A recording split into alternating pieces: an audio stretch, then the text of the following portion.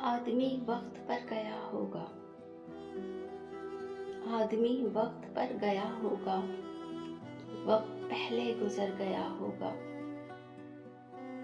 वो हमारी तरफ न देख के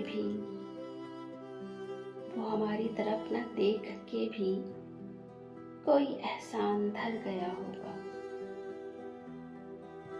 उससे मायूस होके बैठा हूँ।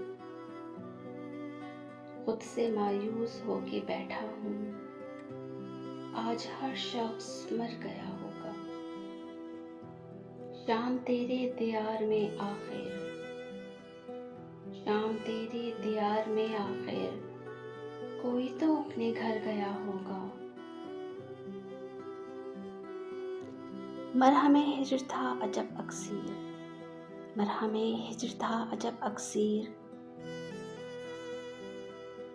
अब तो हर जख्म भर गया होगा। इस खूबसूरत कलाम के शायर थे जॉन एलिया साहब। मज़ीद अच्छे कलाम सुनने के लिए हमारे चैनल को लाइक, शेयर एंड सब्सक्राइब ज़रूर कीजिए। दुआ में याद रखिए। इजाज़त दीजिए। अल्लाह हाफ़िज़।